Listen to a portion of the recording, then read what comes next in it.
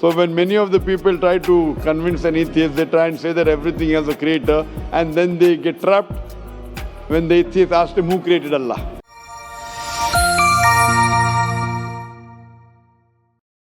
Hi, my name is Ahmed. I come from the glorious country of Iraq, and I'm a born Muslim. My problem is that I practiced Islam when I was... Brother, first we'd request questions from the non-Muslims. Once all the questions from non-Muslims are over, inshallah we'll give you a chance. Yeah, but I'm telling you my problem only. But you said you're Ahmed and you're a born Muslim. I am born Muslim. But now are you a Muslim or not? I'm agnostic. Oh, so now you have left the religion of Islam. Yeah, I'm confused. Okay, fine. If you have left the religion of Islam, you can ask the question, brother. Okay. So my question is, how come I don't have the faith that you and the other Muslims have and some of my friends, even though I practiced Islam a lot and I even did Umrah, but I still do most of the sins that are forbidden in Islam, and I sometimes am lazy to do the prayer and the other subjects we have to do in Islam. I have read many books and about other religions and conspiracy theories and documentaries and such. I even have seen your own videos on YouTube, and there are many questions that go around my head about Allah and the Messenger and Muslims in general. And basically the most important question is, you said in one of your debates or questions that Allah is the creator and He's uncreated. But I have realized, how can the uncreated exist? And if He exists, how can we notice Him? How can we see Him or hear Him or feel Him or know of His existence if He's uncreated in our own dimension or so? That's one of the questions. Brother Ahmed said that he is a born Muslim. He comes from Iraq. He read the Quran, he read the books, but he commits many sins. He believes maybe sometimes he's agnostic and he's lazy for praying. Brother, before I answer your main question, if you do sins and if you're lazy for praying, that does not make you a non-Muslim. As long as you believe that praying is fard, sometimes you miss, it's a sin. It's a major sin that you sometimes don't pray, but that doesn't make you a non-Muslim. If you say praying is not required, then you're doing kufr. But if sometimes you do sin, sometimes minor sin, sometimes major sin, it is haram, it's forbidden, but that does not throw you outside the fold of Islam. There are sometimes waswasa of the shaitan asking you, you're a Muslim, but this is wrong in Islam, this is wrong. And it does deviate the person's mind. At that time, maybe your iman may be low. But these things should not make you consider that you're non-Muslim. Regarding a question that I mentioned in my speech, and you're right, that Almighty God is the creator, but He Himself is uncreated. You ask the question, how can the uncreated, how can we see the uncreated, and how it's possible? Allah subhanahu wa ta'ala is Khaliq, is the creator. And by definition, He's uncreated. Because normally people say that when they try and prove in logic that everything has a creator, who created this table, the carpenter, from where he got, from the tree, who created the tree, so it goes back to Allah. So when many of the people try to convince an atheist, they try and say that everything has a creator, and then they get trapped when the atheist asks him who created Allah. So if you hear my tapes, I never go that way. I ask the atheist that how did you come to know about the universe? How did you come to know about the functioning of the stars, of the sun? And he says, and goes back, that the creator. So it's the vice versa. So if you know how to deal with logic, you don't trip over this problem with the atheist trap, the Muslims or the believers, by saying who created Allah. By definition, Allah is uncreated. And if you ask the question, who created Allah? If you have heard my tapes, I give the reply, that suppose a person comes and says that my brother John. Yeah, I know, I saw that, I heard that's funny, but I mean, how does he exist if he's uncreated? Not that is Allah. Automated. Yeah. That's the difference between you and Allah. How does he exist? Means he was existing. He doesn't have a beginning. You and I have a beginning, that's human being. So that's the difference between us and Allah. You can't say that Allah has to be like us. If Allah is like you and me, why should we worship Him? I see, but have you heard of the phenomenon, the Big Brother, used by various orders and political agendas to control the people and such by implementing it into multiple gods, and then later on it became a monotheistic religions all over the world to make it easier for Big the Brother, people to... sorry, I've never heard of the religion Big Brother. It's not a religion, it's like a theory, an idea, basically. For What does it say? Yes? What does this idea say? What does it say? Is that when you have a big brother, it's easier for you to live life. When you have someone watching you the whole time, understanding you the whole time, protecting you the whole time, being with you the whole time, and you can talk to him, although he never talks to you back, maybe in your dreams, due to your mind and such, it's easier for you to live.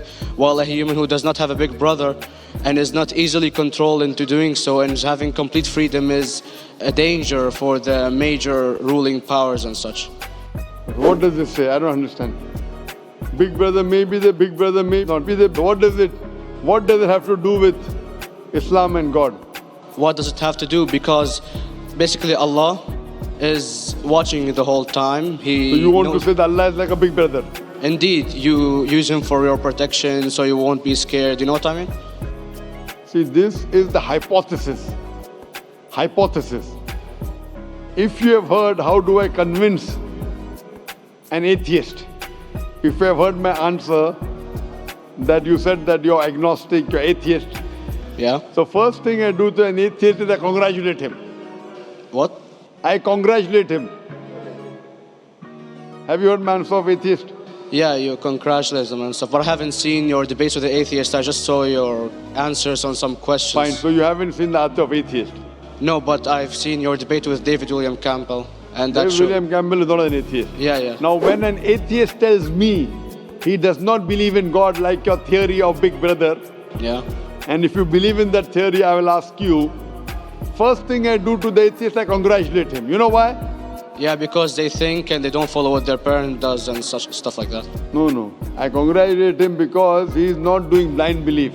The other people are doing blind belief. He is a Christian because father is a Christian. He is a Hindu because father is a Hindu. Most of the Muslims are Muslim because father is a Muslim. He is thinking. He says there is no God.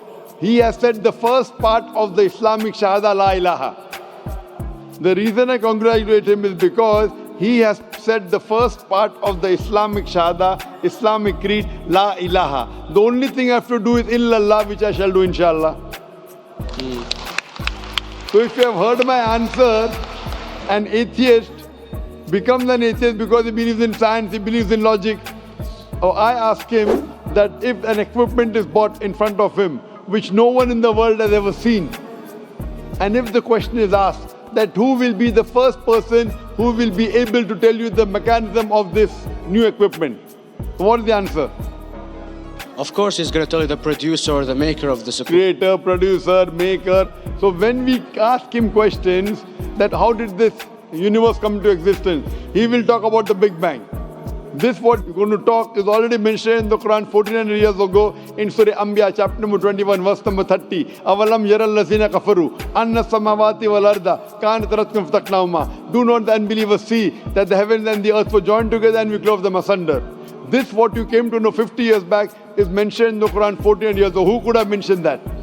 Well, in various civilizations in like 2000 or 5000 BC before Islam came or Christianity itself, there was various civilizations that are good in astronomy and they know more about our solar system than we do now, sadly. Brother, your knowledge of science is little, not in-depth. I do agree. There are certain things which were known as hypotheses. For example, we came to know, we were proved that the earth was spherical in 1577. I know that in 6th century BC, there were Pythagoreans who believed that the earth was spherical. But the same Pythagoreans who believed the earth was spherical also believed that the earth was the center of the universe, which is wrong. You show me one civilization which believes 100% what the Quran has mentioned. I challenge you. What you say, so do you mean to say there was a person who said, okay, this civilization, out of 100 things, these 2 things are right. Out of 100 things, these 5 things are right. Out of this 100, and picked and chose. Who can do that? No one besides the Creator. Even if you know that there were 10 different civilizations, hundreds of civilizations, there is not a single civilization that you know in the past which knew 100% of science what we know today. So where is your logic? Where is your theory? I do know that certain things were hypotheses which were proved later on, but there is not a single civilization which knows everything what is mentioned in the Quran. So the answer goes back to the original question, who could have collected this in the Quran? Someone 1400 years back, could he do and say, okay, out of these 100 things, these 3 are right, out of these 100 things, these 2 are right, out of this, it's not possible. Mathematically, it's not possible. Well, you never gave the idea of extraterrestrials or so. I mean, knowledge is power, and Brother, I'm asking a simple question. We are not come here to have a debate. yeah. I'm asking you a question, point out a single civilization, you're asking something else. Yeah, We are alright. not here to discuss, you can come in the room and discuss. You ask a question, I'm giving you the answer. You gave about old civilization. I told you you're right, but out of 100 things, 98 they were wrong. So I'm asking you, who could have mentioned this in the Quran? You're talking something else now. Yeah, well, I'm telling asking you. a simple question, 2 plus 2 equals how much? You're saying, I'm telling you 3 multiplied by 3 is how much? I'm asking a name, you're telling that where do you live? You know, I'm asking a simple question, name me a single civilization which has everything what was mentioned in the Quran. Do you know of any or not? Yes or no? well, not everything, of course. Even not 10%. Why? Babylon knows of most of the planets and such. Planet is not the only thing mentioned in the Quran. There are Of course. 1,000 things mentioned in the Quran. To say what 1,000 things are mentioned in the Quran, 10% would be equal to 100 things. Did Babylonian civilization knew about 100 things mentioned in the Quran? No, because they You don't have the cannot. They Alquran knew with that. 5 or 6 things. In percentage wise, very small. So Of course. who can be the author of the Quran besides the creator to know what is right, what is wrong? Today science has established the hypothesis mentioned by Babylonian so many centuries back is today proven.